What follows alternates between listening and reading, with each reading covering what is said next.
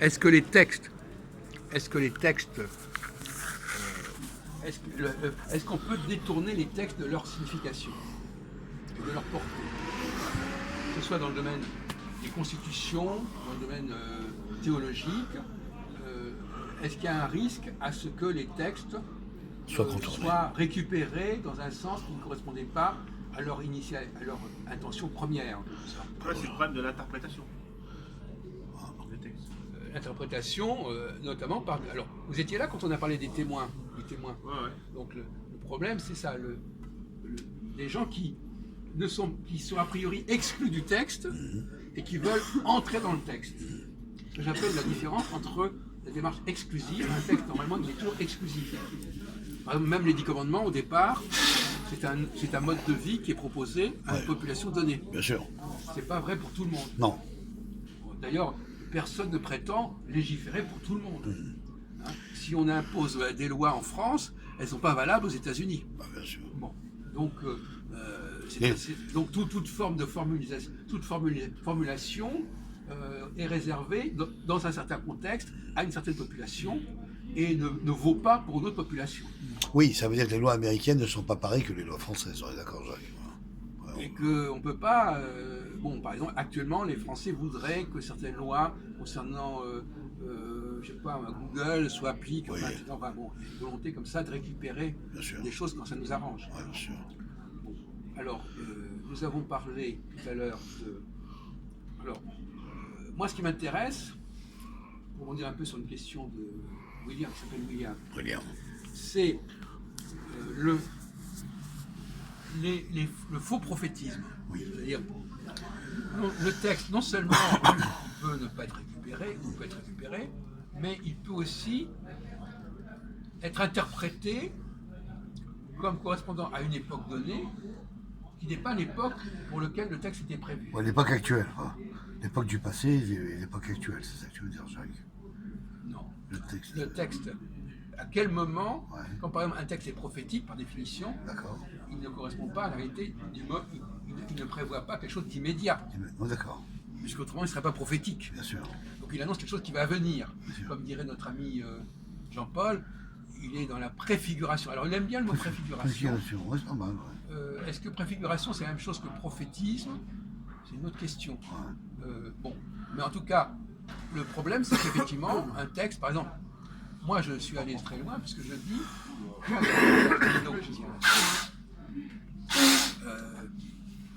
est-ce que tous les textes qu'on nous présente ne sont pas des textes?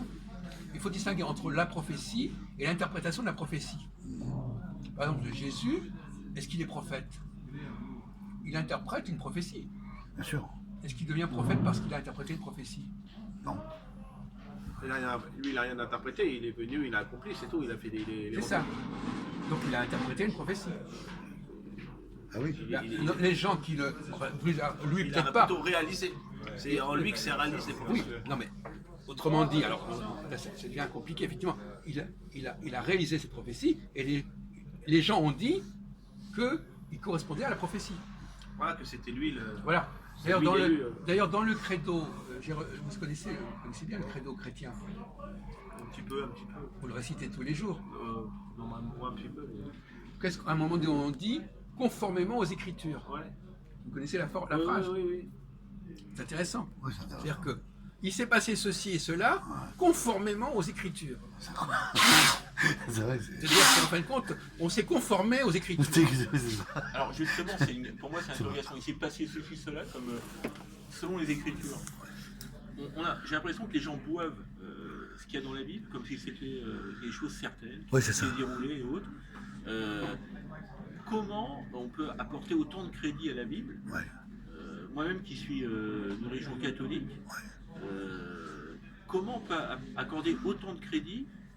Qu'est-ce qui pousse les gens à croire? Demandez à Jean-Paul. À croire en quelque chose où on n'a aucune certitude. Moi, voilà. Je vais te répondre, William. Non, Jean-Paul va répondre. C'est des éléments d'église, et ces éléments d'église, elles sont sous le contrôle du magistère. Et le magistère, qui vient des apôtres, après avoir reçu l'infusion de l'esprit, ils ont une vérité directe des choses, et donc c'est eux qui disent, et leurs descendants spirituels, c'est-à-dire tous les évêques, c'est eux qui interprètent la tradition et l'écriture de manière orthodoxe. Et donc à partir de là, c'est eux seulement qui ont le droit de dire ce qui est conforme ou pas conforme. C'est le magistère constant de l'Église.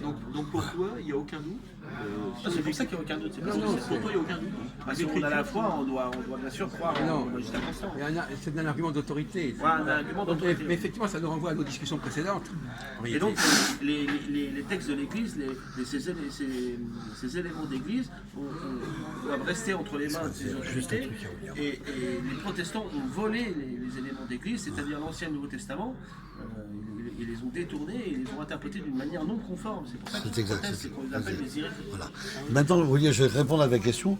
Tu t'es demandé pourquoi tout à l'heure, comment peut-on attirer des gens dans une église catholique, c'est-à-dire amener des croyants dans les églises catholiques. Eh ben, c'est très simple en fait. Les curés et les cardinaux s'arrangent toujours pour avoir des gens de maintenance, enfin je dirais de proches, pour transmettre un peu l'information dans la société, à Paris, dans les rues, dans les endroits, pour communiquer avec des gens et passer l'information directement. Voilà. Bon, moi je ne suis pas satisfait par ce genre de réponse. Oui. Je crois d'ailleurs, j'en ai déjà parlé plusieurs fois. Oui, Jacques. Comment savoir qu'une prophétie elle est bien comprise et qu'elle s'est accomplie ou qu'elle va s'accomplir? Quels sont les faits qui peuvent être apportés, les preuves qui sont apportées pour montrer que la prophétie est en train de s'accomplir? Bon.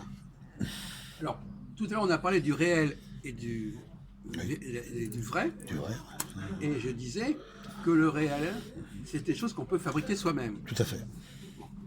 Alors il y a une expression en anglais qui est les prophéties autoréalisatrices, c'est-à-dire qu'effectivement, beaucoup de prophéties est capable de produire une certaine réalité. Ouais, Tout simplement. ouais, On annonce quelque chose, c'est un effet d'annonce. Ça produit de la réalité. Mais la question de savoir quel est le niveau de réalité qui va vraiment valider la prophétie. Parce que si vous dites un truc à un moment donné, oui, peut-être que ça va avoir un petit impact. Oui, ils vont se baser sur des faits réels, oui, c'est ça. Jacques. Bon, alors, Effectivement, Jacques. finalement, avant que vous n'arriviez, on est revenu sur Jérémie 31. Alors, la question qui se pose, c'est cette nouvelle alliance qui a été prophétisée, parce que c'est ça la grande question. Quand est-ce qu'elle doit se réaliser? Quand est-ce qu'elle s'est réalisée? Et qu'est-ce qui prouverait qu'elle s'est réalisée? Alors, il y a la réponse de Jean-Paul, et il y a la mienne. Alors, la vôtre, c'est Jésus est arrivé, Il a accompli et il a accompli, Il a accompli les miracles. il a accompli les Écritures, c'est-à-dire que tout ce qui a été dit dans les Écritures à travers un temps très très long, par des gens différents, à différentes époques, tout ça se retrouve dans un seul acte, une seule réalité, c'est-à-dire l'incarnation du Oui, mais justement, L'incarnation Messie. du Messie. oui, mais justement, Alors, oui, Jacques. Jean-Paul ne se rend pas compte de la contradiction de ses propos. Bien sûr. C'est qu'en fin de compte, il est en train de dire que tout repose sur un seul personnage Jésus. à un certain moment. Exactement. Ouais. Donc vous êtes en train de nous dire que ce qui a été développé, je reprends vos propos, pendant des siècles, hop, il suffit que quelqu'un dise, voilà, c'est le moment, C'est lui. c'est maintenant, et ça y est, c'est prouvé. C'est pour Et en plus, les autorités du Sanhédrin, une partie l'ont reconnu, hein, comme Mais même, Nicodème, mais l'ont même. reconnu, sont restés cachés. Et pour ce qui est de Saint Jean l'évangéliste, Saint Jean le Baptiste, lui-même descendait du sacerdoce. Oui. Non, mais le fait que même X ou Y du temps de Donc celui qui Jésus, l'a baptisé, c'est un descendant direct. S'il n'avait pas été dans le désert, c'est lui qui aurait été le maître du sacerdoce chez les Juifs. C'est lui. Il descend libre non, direct. d'accord. Bon. Mais resituons les choses dans leur contexte. On parle c'est quelques personnes à une certaine époque qui ont adhéré à quelque chose. Ceux qui ont reconnu la Bon. l'accomplissement des Alors, temps. est-ce que c'est suffisant pour parler d'une preuve d'un accomplissement qu'il y ait quelques personnes pour moi, la preuve d'accomplissement, ça faut que ce soit beaucoup plus fort que ça, beaucoup plus puissant que ça. Et j'en ai d'ailleurs parlé, vous savez, connaissez mes théories là-dessus. Mais Faut pour que ce qui ce est de la soit communauté juive organisée, la véritable communauté juive, je ne parle pas d'individus isolés. Et moi, quand Attendez, il n'a pas terminé sa pour phrase. la communauté juive organisée, pour eux, les orthodoxes attendent toujours le Messie, hein, ils l'attendent. Hein. Mais moi, je vais vous dire, Même si certains vous avez une théorie différente, mais eux, ils l'attendent toujours. Hein, Oui, c'est ben, pour ils moi, ont raison d'attendre. Enfin, ils ont raison de penser que Ok, les autres- Jean-Paul, je veux entendre l'avis de William par rapport à ça. Tu y vas, Valentin? William. Non, je reviens. Moi, depuis que j'ai perdu ma mère en 98, j'ai perdu jeune, qui était toute ma vie, je suis dans l'interrogation, encore une fois, de savoir si réellement ce qui est écrit dans la Bible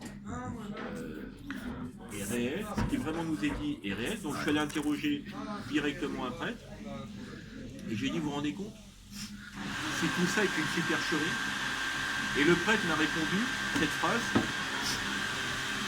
il m'a dit, je n'ai aucune certitude, William, mais ce que je sais, c'est que les supercheries, il m'a dit, la supercherie, c'est un phénomène qui ne dure pas. Voilà. Oui, c'est vrai. Exactement. Oui, c'est éphémère. Ben, voilà. Oui, bravo. Bon, mais ça, Très bonne réponse, ça, William. mais la supercherie permet de voir la supercherie, mais ça ne donne pas la réponse à la question. Non. Voilà. Alors effectivement, moi je suis tout à fait d'accord pour montrer qu'il y a une supercherie. Maintenant, la question, c'est de savoir à quel moment ces prophéties vont se réaliser ou se sont réalisées, hein, et qu'est-ce qui serait suffisamment convaincant et probant pour dire que c'est à ce moment-là que ça va se réaliser ou que ça s'est réalisé. Ouais.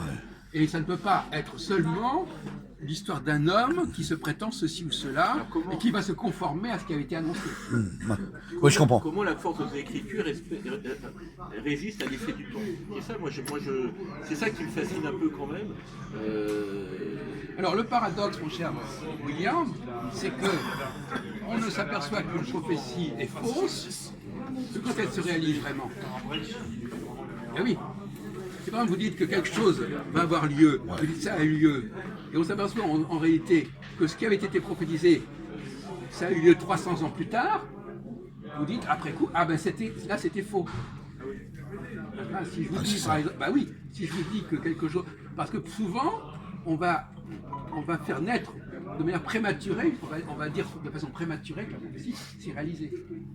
Et ce n'est qu'avec le recul qu'on s'aperçoit que, ah mais non, en réalité, par exemple, quelqu'un qui annoncerait, par exemple, une petite révolution de rien du tout à une époque, et puis 50 ans plus tard, on voit une énorme révolution. On dira, ah ben la première révolution, c'était pas vraiment ça. Donc c'est la suite des choses qui leur a montré que la première était fausse. Et donc par conséquent, la meilleure façon d'attaquer une prophétie, quand on dit qu'elle est réalisée, c'est-à-dire, ce qui avait été annoncé là, c'est rien du tout par rapport à ce qui a eu lieu par la suite. Oui, je comprends. Bon. C'était moins fort que de ce qui a été annoncé après. Quoi. Oui, mais on s'aperçoit que c'est rien du tout avec le recul. Avec du recul. Parce que si on n'a pas vu quelque chose de plus important ensuite, on dit, bah, c'était peut-être que ça. Oui, tout à fait. Mais après, on se dit, ah ben oui, mais non, mais c'est... Je comprends parfaitement ton analyse. Il va se passer quelque chose. Il s'est passé ensuite quelque chose de beaucoup plus fort que ce qui avait été annoncé à ce moment-là. Bien sûr. Et là, on retrouve ma théorie, à savoir que le peuple hébreu a véritablement changé de nature. Bien sûr. C'est-à-dire qu'il a véritablement le comportement est de nature. Il s'est transformé dans son fonctionnement et dans sa présence au monde, pas à l'époque de Jésus, mais vers l'an 1500, 1600. C'est là qu'on c'est là que vraiment qu'on voit les Juifs l'adaptation prendre leur place dans le monde. Sur cette diaspora. Voilà, c'est ça. Exactement. Bon, donc, on s'aperçoit finalement que c'est à partir de ce moment-là qu'on regarde la prophétie du temps de Jésus, on dit mais c'est rien du tout par rapport, c'est presque rien, c'est quelques personnes qui se sont mis d'accord à un moment donné pour dire quelque chose, alors que là on est dans un phénomène qui dure sur plusieurs siècles, c'est vraiment chez nous, qui se développe à une très grande échelle. Bien sûr. Donc ce qui est, alors ça nous permet de parler une question fondamentale, c'est de distinguer ce qui est à petite échelle et à grande échelle. Voilà. Et alors là je voudrais qu'on parle de ça. C'est très fort ça. Je voulais vous faire un tour de table à ce sujet.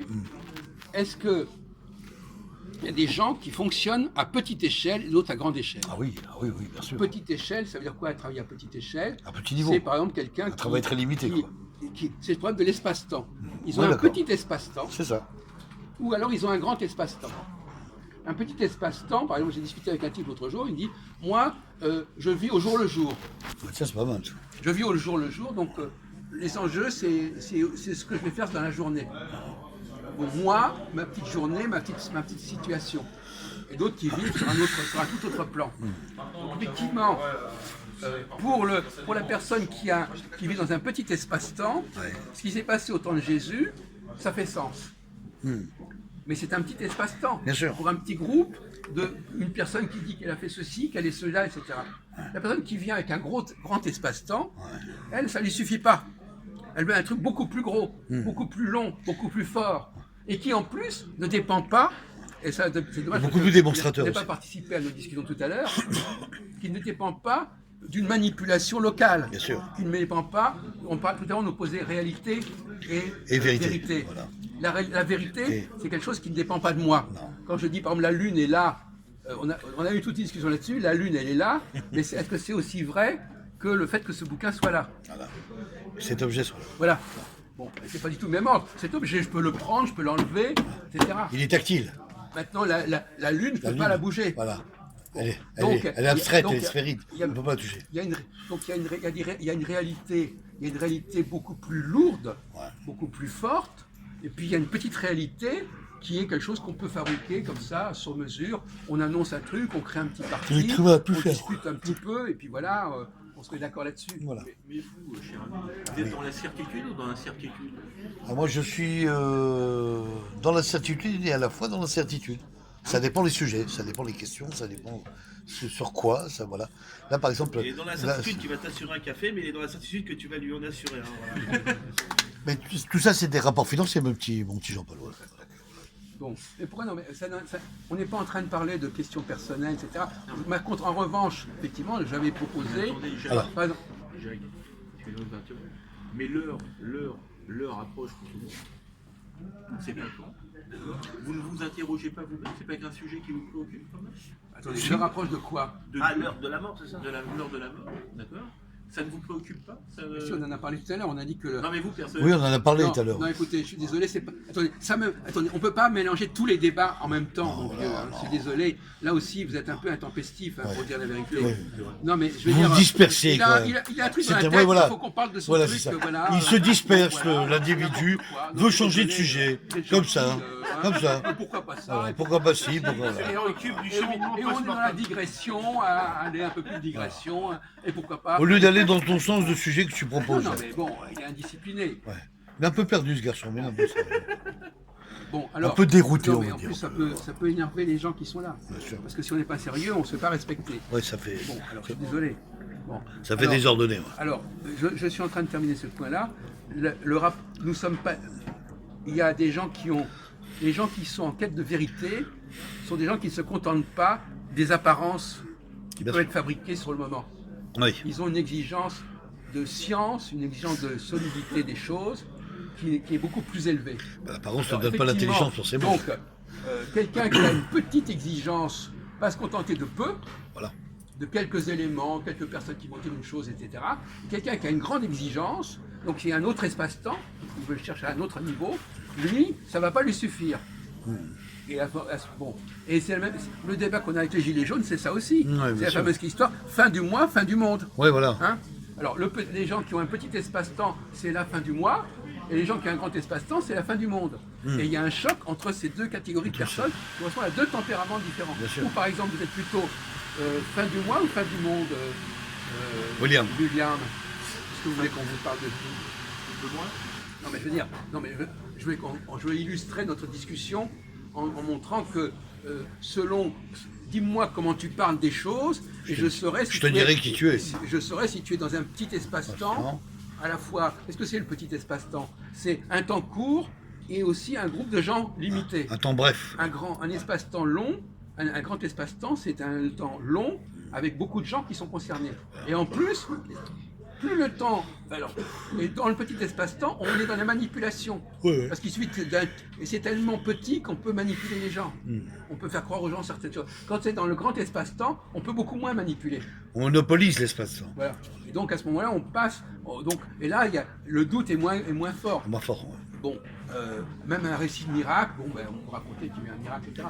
Mais donc finalement, notre ami Jean-Paul, il a plutôt une approche petit espace-temps quelque part. Oui, oui, C'est-à-dire, oui. voilà, il Effectivement. s'est passé quelque chose à ce moment-là. Il y a un type qui a dit Oui, ça. il se base sur a fait- l'événement, ouais. Voilà, il y a un type qui a C'est dit quand ça. même 2000 ans que ça dure, hein, Ah, la notion de temps, parce que l'espace-temps c'est une notion de distance.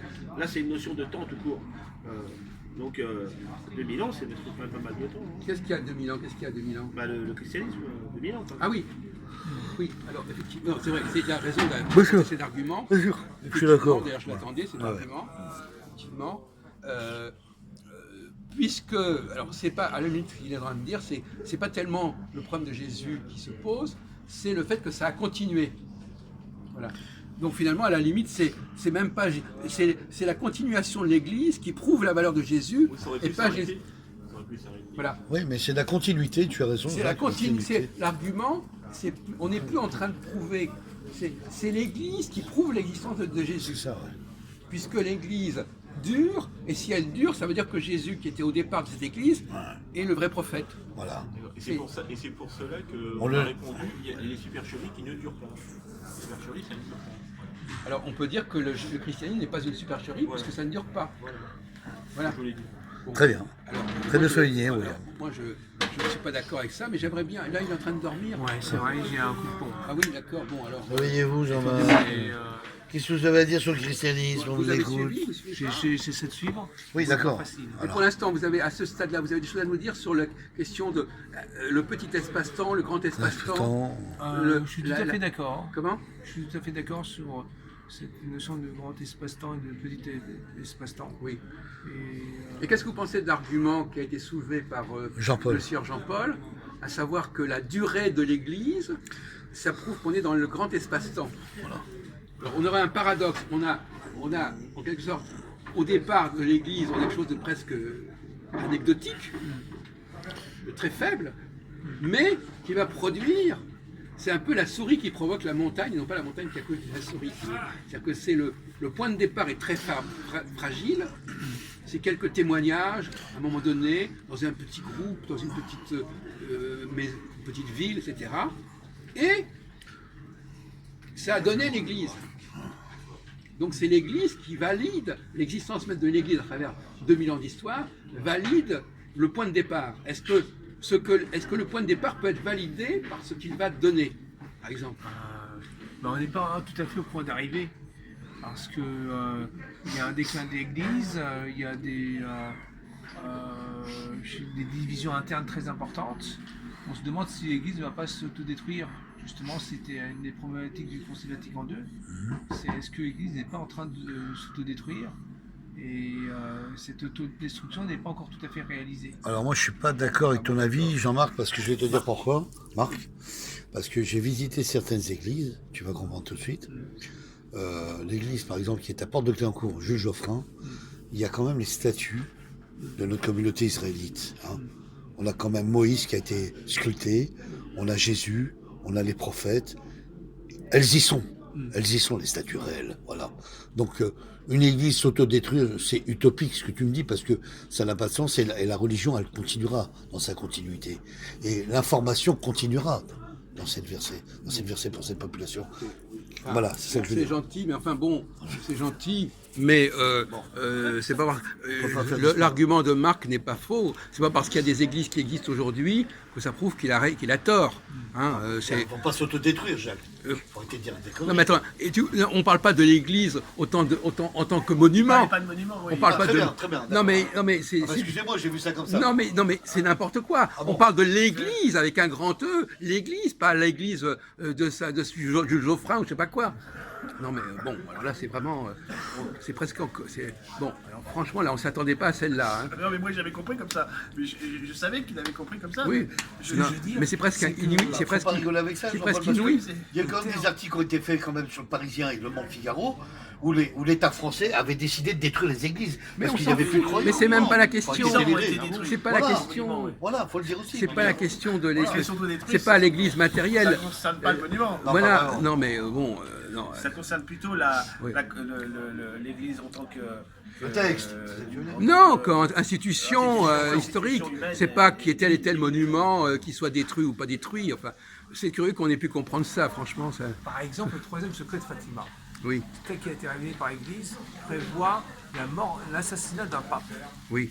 Et moi je pense que cette prophétie ne s'est toujours pas réalisée. Oui. Certains disent que c'est le pape Jean-Paul II qui A failli être assassiné. Jean-Paul II a failli être assassiné. À Lyon, oui. Il n'a pas été assassiné. Oui. D'autres disent que c'est Jean-Paul Ier, mais le pape Jean-Paul Ah bah oui, Ier. il n'a pas duré longtemps, lui. N'est pas. Une demi-lunaison. Ouais, il s'est pas prouvé qu'on a voulu assassiner. D'accord. Et en fait, troisième secret de Fatima, tel qu'il a été révélé par l'Église, pour moi, ne s'est toujours pas réalisé. Et on se demande s'il va se réaliser. D'accord. Qu'est-ce que vous en pensez? Vous avez des choses à dire à ce sujet? Secret de Fatima, apparemment, quand le pape Benoît XV qui a voulu le révéler, ou je sais pas, qu'on a parlé, Benoît XVI, pardon. Plutôt. Et, il aurait révélé quelque chose, mais ce ne serait pas la réalité. Bon. Après certains, le secret de Fatima, le troisième, c'est soit la destruction de l'Église, donc Vatican II, ou la Troisième Guerre mondiale avec les Russes, puisque la Russie n'a pas été consacrée et que là, il va y avoir la guerre incessamment sous peu. Ah bon? En train de voir. D'accord.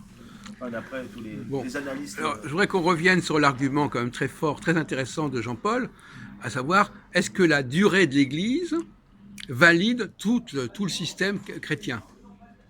Parce que, comme disait notre ami William, du moment que ça dure, c'est que c'est vrai. C'est sûr. Alors, il faut essayer de sortir de cette problématique. Comment vous en sortez de cette problématique? Qu'est-ce qu'il y a de spécieux et de discutable dans l'argumentation? Il y a une tradition qui s'étale de la naissance de Christ jusqu'à maintenant, 2000 ans d'histoire, et il n'y a pas de discontinuité.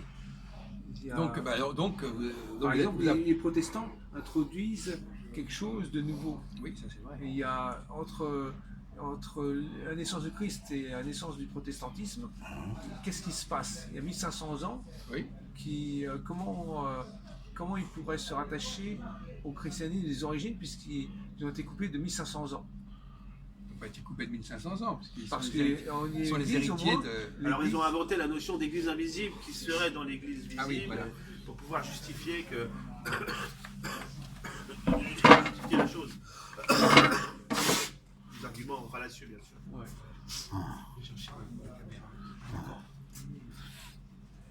Bon bah voilà, c'est les églises.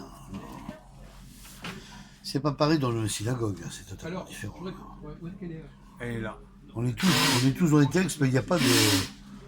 On n'a pas de statut dans le synagogue. Parce que c'est très intéressant. Bien sûr, Jacques, c'est intéressant, bien sûr. Finalement, est-ce que on a affaire à un phénomène? Donc je répète, la question c'est jusqu'à quel point on peut fabriquer des phénomènes artificiellement? Donc ça renvoie à notre première discussion. Qu'est-ce qu'on peut fabriquer de nous-mêmes et qu'est-ce qui s'impose par soi-même? Qu'est-ce qui est là par-delà ce que nous pouvons vouloir? Intellectuellement, religieusement. Alors, est-ce que l'Église relève de la volonté? Est-ce que ça peut relever tout simplement d'une volonté Bien sûr. de perpétuer une tradition? Moi, je pense que c'est Est-ce comme ça. qu'il y a quelque chose de miraculeux à ce que un groupe de gens se soit perpétué? Oui, bah c'est ça, Jacques. Le rituel de la religion catholique, c'est comme une tradition, c'est une coutume tous les dimanches matins. Le peuple français va rentrer dans son église et va prier le sti et lire le texte avec le curé, quoi, voilà. Donc là, c'est un rituel répété. C'est ça. Donc la question, c'est comme si on disait la France existe, ou l'Angleterre existe, ou Voilà. l'Espagne existe, Voilà. et donc ça prouve que quoi? Bon, ça prouve qu'effectivement, est-ce que ce niveau d'organisation sociale constitue une preuve objective Et religieuse. où ça ne suffit pas? C'est la grande question. Quel est le seuil où ça n'est plus simplement de l'ordre d'une construction intellectuelle, sociologique, politique, qui a religieuse. été faite, qui s'est perpétuée, et où c'est quelque chose de transcendantal. On peut dire opposer l'immanence et la transcendance. Quand ce n'est qu'immanent, ça n'est pas convaincant. C'est quelque chose qui a pu être fabriqué par les hommes, même si ça a duré. Donc la durée ne suffit pas. Là, il faut qu'il y ait quelque chose de transcendant dans le phénomène qui se produit. Une prophétie qui ne débouche pas sur la transcendance est une fausse prophétie. Ou plus exactement, une prophétie qui ne s'est pas accomplie. Un accomplissement d'une prophétie qui ne s'accompagne pas d'une transcendance, ce n'est pas un vrai accomplissement. Voilà comment je dirais les choses. Il y a eu beaucoup de saints quand même, qui ont fait des miracles, donc ça prouve qu'il y avait une... Attendez, vous parlez de... Alors, on retient. Ah oui, au début de l'église, il y avait beaucoup plus Oui. de saints. D'accord. Maintenant, on est vers la fin des temps, les gens sont moins bons, mais au début des temps, il y avait beaucoup de miracles. Non mais justement, non mais vous, votre argument, il est inverse. Vous êtes en train de nous dire Oui, opposé. ça s'est prolongé. C'est ça. Vous dites le contraire. Tout à l'heure, vous disiez... Ah bah de toute façon, tous les jours, on avance un peu vers la fin des temps, mais quand on... Oui, Non, il n'est pas dans le on sujet, approche là. la fin des temps, puisqu'on a des signes qui quand même montrent... Alors, c'est Justement. sur ces signes, par exemple. Ah bah des signes, quand il y aura des... par exemple, il y en a un qui avait dit quand l'électricité là, on ne sait pas sa nature, mais on s'en sert.